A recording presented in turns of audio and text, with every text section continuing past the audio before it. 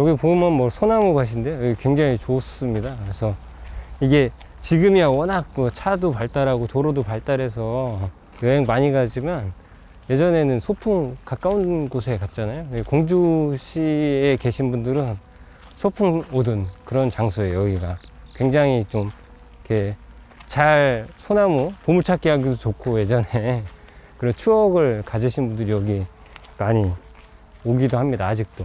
그리고 이 나무가 이렇게 워낙 좋아가지고 생태계도 좋아요. 새들 많이 삽니다.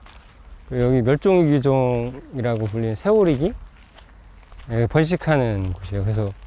그래서 아마 보셨을 거예요. 이만한 대포 카메라들 와가지고 여기서 번식할 때 사진 찍는 그런 곳이기도 합니다. 여기 제사 지내던 곳이시네요. 그래서 여기가 이제 전망대라고 했던, 여기가 곰나루터입니다. 그러니까 예전에 이제 나루터가 있었던 것이죠. 그러니까 나루터하고 혹시 포구 이런 차이를 혹시 아시나요? 둘 다 배가 들이대는 것이거든요. 그러니까 어떤 데 여기 이제 금강을 보면 성당포구, 뭐 왕진나루터, 여기 이제 곰나루터 이런 게 있고 강경포구 뭐 이렇게 하잖아요. 그 차이가 있거든요.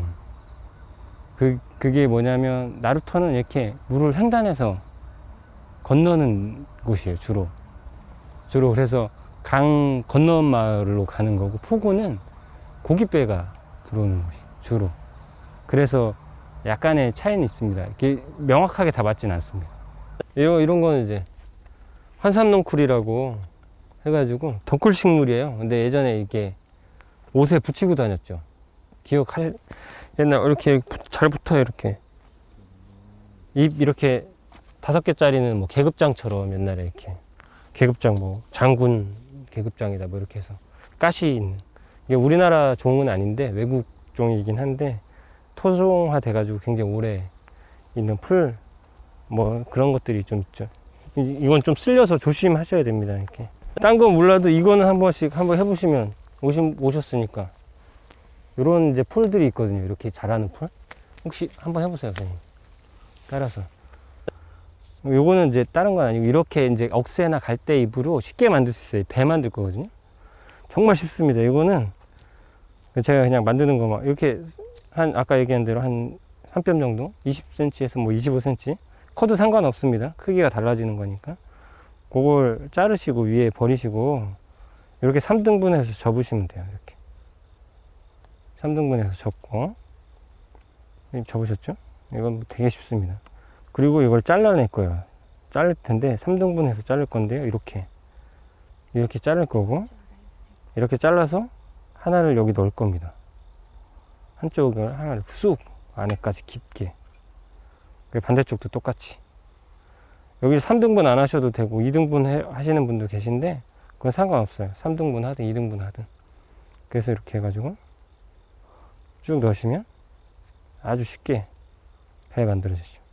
이제 나중에 뭐 화면에서 보시는 분들도 한번 만들어 보시면 배 모양 비슷하죠. 그냥 옛날 그 나룻배 같은 느낌으로 만들 수 있어요. 그래서 곰나루터 가셔가지고 한번 띄워 보겠습니다. 모래가 있으니까 충분히 띄울 수 있을 거예요. 요거는 이제 잘 배우시는 분들은 모양이 아주 금방 잘 나오고요. 평상시에 이게 손이 좀 이렇게 거칠은 분들은 잘 안 나오더라고요. 어쨌든 이렇게 한번 그렇죠. 예. 그렇게 만드셔가지고 한번 띄워 볼게요. 저기 모래 있는 데까지 가서.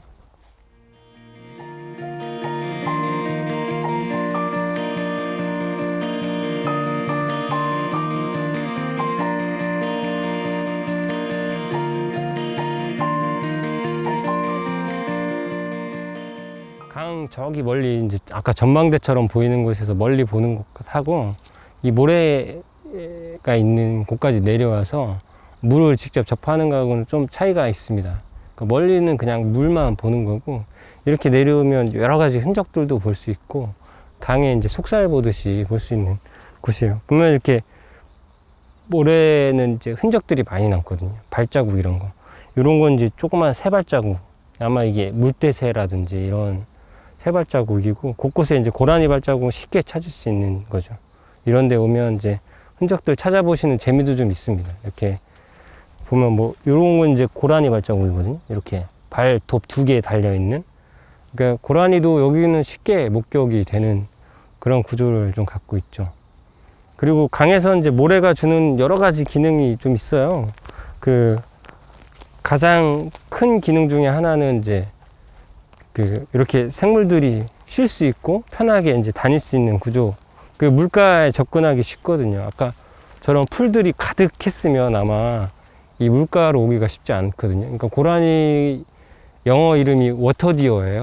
그러니까 물사슴이거든요. 그러니까 물을 워낙 좋아해가지고 이름이 물사슴인데 물가에 살기도 하고, 근데 물을 마시러 가든 물가에 가야 되는데 저런 이제 그 수초나 풀들이 너무 우거져 있으면 가기 어렵죠. 사람도 접근하기 어려우니까.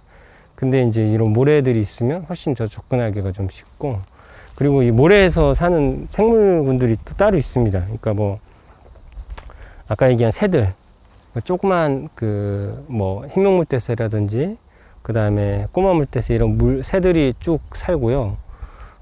번식도 하는 거죠. 여기서 번식하고 살기도 하고, 애들이 와서 여기서 쉬기도 하는 거죠. 이렇게 물에서 계속 뭐 먹이 찾다가, 우리가 뭐 해수욕 한다고 해서 계속 물 속에 있지는 않잖아요. 물에 들어갔다 이렇게 다시 육지에 나왔다 이렇게 쉴 수 있는 공간이기도 하고요. 이 모래가 또 그 저서생물이라고 하죠. 조개류들. 그러니까 뭐 말조개, 키조개, 뭐 칼조개, 키조개는 바다 생물이니까 빼고요. 말조개, 칼조개, 그 다음에 뭐 제첩 이런 것들이 이제 모래에서 살게 되고, 또 이 모래가 또 주는 가장 큰 거는 하천에 물을 정화시키는 역할을 해요. 그래서 그 여러분 드시는 수돗물 보시면 그거잖아요. 예전에 정화할 때 어떻게, 정수장 혹시 가보시면 알겠지만 뭐 특별한 다른 그 뭐 필터가 있는 게 아니라 모래, 자갈 이런 층들을 굉장히 넓게 쌓아놓고 거기를 통과시켜서 일부 물을 깨끗하게 하고, 거기에 이제 약품 처리를 일부 해가지고 수돗물을 공급하거든요. 그러면 이제 먹어도 되는 물이 되는 것처럼 하천도 똑같습니다. 이 모래가 이제 걸레 역할을 해주는 거예요. 그러니까 방 닦듯이 걸레 역할을 해줘서 더러운 거를 몸에 묻히는 거죠, 모래가. 그러면 물은 좀 깨끗해지고, 그러면 이 모래를 다시 깨끗하게 해주는 애가 있어요. 생태계에서는. 그게 이제 조화를 이루어야 강에 이제 선순환 구조가 만들어지는데, 그런 애들이 이제 생물들인 거예요. 아까 말씀드린 제첩이라든지 말조개, 뭐 이런 애들이 해주는 게 있고, 또 하나 물고기, 이런 생물들이 이제 모래무지라든지 이런 것들이 이 모래를 깨끗하게 다시 만들어주죠. 그러면 깨끗한 모래랑 강이랑 물이랑 같이 흘러가면서 물도 정화하고 생태계도 유지시키고, 뭐 생물들한테는 모래가 이제 먹이원이 되는 거죠. 더러운 모래들이. 그렇게 해가지고 수질도 유지하는 그 커다란 대형 정수장이 이 모래가 강에서 역할을 해주는 겁니다. 한번 강가로 조금 가볼게요. 물 가 있는 대로. 잘 떠 있어요. 이렇게 살짝 놓으면 바람에 따라서 흘러가는 거죠. 물에. 예전에 이제 그 자연에서 가지고 있던 놀이들 뭐 이런 거 하는 것처럼 하는 거고요. 제가 하나만 찾아볼까요? 네. 말조개 새끼일 수도 있는데요. 크기는 어찌됐든 제첩 같아요. 이 모래가 없으면 살 수 없는 거예요. 제첩은 국 드시잖아요. 근데 뭐 섬진강에만 있는 게 제첩인 줄 아시는데 모든 강에 제첩이 다 있습니다. 그리고 예전에는 대전에서도 쉽게 제첩 국 해 드셨대요. 그러니까 갑천에 나가가지고 한 30분 정도 제첩 잡으면 한 바퀴씩 잡았대요. 그리고 저녁 해 드셨다고 해요. 4시쯤 나가가지고. 근데 지금은 그걸 못 하죠. 이게 왜냐면 갑천도 이런 모래가 없거든요. 이 모래가 있어야 이렇게 제첩이 사는데 이런 게 넓은 공간들이 없어요. 예전 사진들 보면 모래가 굉장히 넓게 분포해 있는 갑천의 모습을 볼 수 있는데 그런 데가 없어요. 여기도 좀 아쉬우긴 한 거예요. 이게 아까 수문을 열고 나서 이 모래톱이 다시 생겼거든요. 원래 저기 위에까지 물이 차 있던 공간이에요. 그러니까 저기 모래가 생기는 저 공간까지 저 댐에서 아까 공주보에서 물을 막으면 저기까지 물이 가득 차니까 이 모래가 없었어요. 가까이 올 수도 없었던 거죠. 물 가까이. 근데 지금은 이제 수문을 열어서 이 모래가 다시 드러난 거죠. 드러나서 이 가까이 올 수 있는 겁니다. 뭐 저 오리발 흔적도 있고 뭐 수달 이런 흔적들 좀 찾을 수 있는 그런 공간입니다. 여기가 아주 좋아요. 그러니까 곰나루에 오셔서 저기 전망대만 보실 게 아니라 이렇게 간단하지만 물가에 와서 물가까지 오셔가지고 뭐 물놀이도 좀 하시고 모래 뭐 성 이런 것들 좀 만들어 보시고 하면 좋을 것 같아요. 여기가 아주 제가 보기엔 아주 좋은 공간이 될 걸로 보여요. 그대로 유지가 된다고 하면 아마 모래가 더 쌓일 겁니다. 그리고 이게 이 모래가 원래 여기까지 없었어요. 불과 한 달 전, 한 3달 전까지만 해도 이 모래가. 근데 한 54일간 비 왔다고 하잖아요. 54일간 비가 오니까 그것 때문에 만들어진 거예요. 그래서 여기서부터 저기 공주보까지 한 2km 정도 되거든요. 2km 정도 되는 거리를 이 모래 밟고 걸을 수 있게 됐어요. 불과 3개월 전만 해도 여기 하천에 다 풀이 자라가지고요. 걸어갈 수가 없었어요. 걸어서 공주보까지 접근 자체가 불가능했어요. 그래서 여기 내려와가지고 모래사장, 여기 코딱지만하게 모래사장 있었거든요.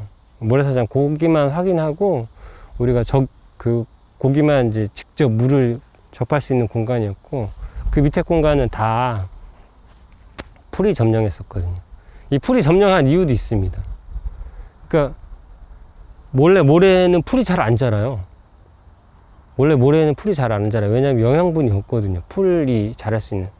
그래서 잘 안 자라는, 그래서 모래가 계속 유지되는 공간이 생기는 건데 4대강 사업 아까 했다고 그랬잖아요. 4대강 사업에서 물을 막았더니 조금 이따 보시면 알겠죠. 저 뒤에 흙이 생겼어요. 흙이 쌓였어. 토사가 모래가 쌓이는 게 아니라 흙이 쌓였어. 그게 뭐냐면 이런 모래나 점토질들이 내려와 가지고 퇴적되는 거예요. 댐 앞에서 계속 퇴적되는 거예요. 쌓이고 쌓여서 그게 어떻게 해요? 아까 물이 제가 4.5m라고 했잖아요. 깊이 만들어지면 햇빛이랑 공기가 안 들어가니까 밑에 생물들이 살 수 없거든요. 그래서 이 밑에 쌓인 흙들이 썩기 시작합니다. 썩어요. 발효되는 거예요. 막 썩어요. 그래서 까만 흙, 예전에 하수구 가시면 알겠지만 그 온이라고 하는데 전이나 그 까만 흙이 돼요. 펄이 돼요. 그 펄들이 두껍게 쌓여왔어요. 여기가. 저기 2km나 되는 공간이 먼데 댐이 여기까지 그게 다 쌓여가지고 깊게 그 두텁게 쌓여 있으니까 수문을 딱 열었더니 여기가 딱 까만 흙이었거든요. 전체가. 까만 흙이 있으니까 어떻게? 풀씨들이 자리를 잡은 거예요. 먼저. 모래가 자리 잡기 전에. 근데 풀들이 자리 잡고 있으니까 저는 다시 모래사장이 안 생길 줄 알았거든요. 안 생길 줄 알았어요. 못 생길 줄 알았어요. 왜냐하면 풀들이 너무 자리 잡고 있어가지고 이 풀들을 쓸어내거나 어떻게 정리하지 않으면 다시 옛날에 그 백사장 모래를 공주에서 못 보겠구나 이런 생각을 했는데 자연의 힘은 진짜 위대한 것 같습니다. 54일간 비가 내리니까 여기 자라던 풀하고 그 펄들이 씻겨 내려가면서 자연스럽게 이 모래사장이 생기더라고요. 그러니까 아마 중학교 과학 시간쯤 되면 배울 텐데 하천에서 일어나는 과정 중에 퇴적, 운반, 침식 이렇게 배우셨을 거예요. 어딘 깎여 내려가고 어딘 쌓이고 어디는 그 흘러 내려가면서 이동하는 그것들을 하는데 그게 54일간 있으니까 여기 자연스럽게 원래 모래사장이 생기더라고요.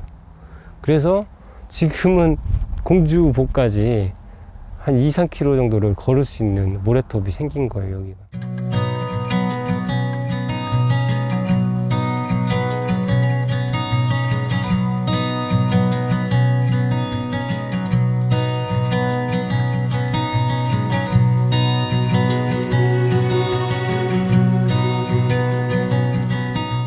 동굴도 발자국 많은데 여기가 이제 지층을 그대로 볼 수 있는 거. 이게 다 펄입니다. 이게 사실 모래가 아니라 흙이거든요. 이 흙에는 풀들이 자라요. 근데 요게 요 높이로 쭉 있었던 거고 그게 이제 비가 오면서 쓸려 내려가고 모래가 다시 쌓인 거죠. 그러니까 여기 펄들이 그대로 있는 한 이 풀들은 계속 자랄 거예요. 아까 얘기한 대로 여기가 지금 모래사장으로 계속 유지됐으면 저는 좋겠는데, 이 펄들이 계속 있으면 풀들이 다시 영양분 역할을 하거든요. 풀들이 자라서 질소를 다시 고정하고 대기 중에 있는 햇빛 받아서 또 영양분을 해서 얘가 일시적으로 사라지면 괜찮은데 다시 여기서 죽고 그게 양분이 돼서 다시 새로운 풀들이 자라나고 계속 육화됩니다. 그래서 나무가 자라기 시작하고, 그러면 사실은 여기가 다시 이런 모래로 복원되는 데는 굉장히 한계가 많아요. 그래서 사람의 개입을 어디까지 하는 게 좋은지는 여러 가지 판단을 좀 해봐야 되겠지만, 저는 개인적으로 이 모래사장이 조금 유지될 수 있는 조건들은 제초 작업을 통해서 만들어 줘야 되지 않나, 이런 생각들을 가끔 합니다. 그래서 저희가 제초 원정대라는 걸 끓여가지고 와서 사람들하고 풀도 뽑고 그랬었던 곳이 여기입니다. 여기. 근데 다시 이제 워낙 큰 모래톱이 생겨나서 이게 사람으로는 진짜 한 축구장, 운동장 하나 모래사장 유지 딱 했었거든요. 풀 뽑으면서. 근데 뭐 54일간 오니까 그거에 한 뭐 수십 배 되는 모래사장이 생겨가지고 기쁘기도 하고, 우리가 했던 일들이 참 엄청 미약하구나, 이런 생각들도 좀 했었어요. 그래서 이런 지층들도 좀 와서 보시면 좀 차이를 좀 느낄 수 있을 겁니다. 그러니까 모래하고 이 흙하고, 흙은 또 필요한 데가 따로 있잖아요. 이런 펄들이 필요한 데가, 이런 펄들이 쌓인 데가 갯벌이거든요. 갯벌은 이런 게 있어도 괜찮아요.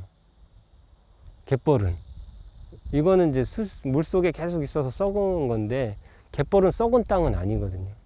굉장히 영양분이 많지만 썩지 않는 이유가 있습니다. 갯벌은 하루에 2번씩 밀물과 썰물에 의해서 드러나잖아요. 그것 때 뭐가 들어요? 산소, 햇빛, 이런 게 다 들어가서 굉장히 건강한 땅입니다. 우리가 보기엔 까만색 그냥 흙인 것 같지만, 이런 그 강변의 하수구의 펄하고는, 갯벌의 펄하고는 완전 다른 겁니다.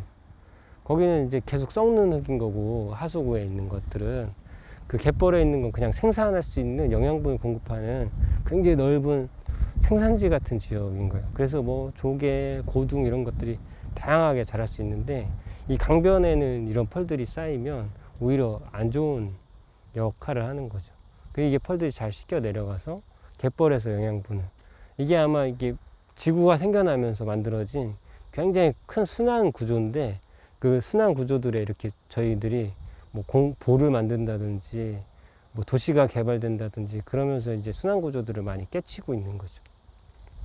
그래서 이런 모래사장을 좀 걸어 보시면 아마 갑천에도 모래사장 있으면 좋겠다, 이런 생각을 좀 하게 되지 않을까 싶어서 많이 와보시면 좋겠습니다. 금강동. 저기 공산성으로 그러면 다음에 이동하겠습니다.